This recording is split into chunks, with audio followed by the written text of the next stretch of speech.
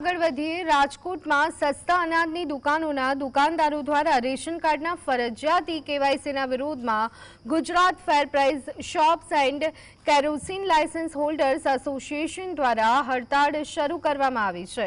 આ હડતાળના કારણે કેવાયસી વગરના લગભગ 30% ગ્રાહકોને ઘઉં, ચોખા, ખાંડ અને મીઠું જેવી આવશ્યક ચીજવસ્તુઓ મળી રહી નથી।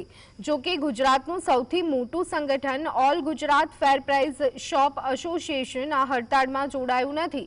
આ સંગઠન જેમાં રાજકોટના 150 સહિત રાજ્યના 15,000 સસ્તા અનાજના દુકાનદારોનો સમાવેશ થાય છે, માને છે કે વેપારીઓ અને ગ્રાહકોના સાચા પ્રશ્નો આ હડતાળમાં ઉઠાવવામાં આવ્યા નથી, જેના કારણે તેઓએ હડતાળમાં ભાગ ન લેવાનો નિર્ણય લીધો છે।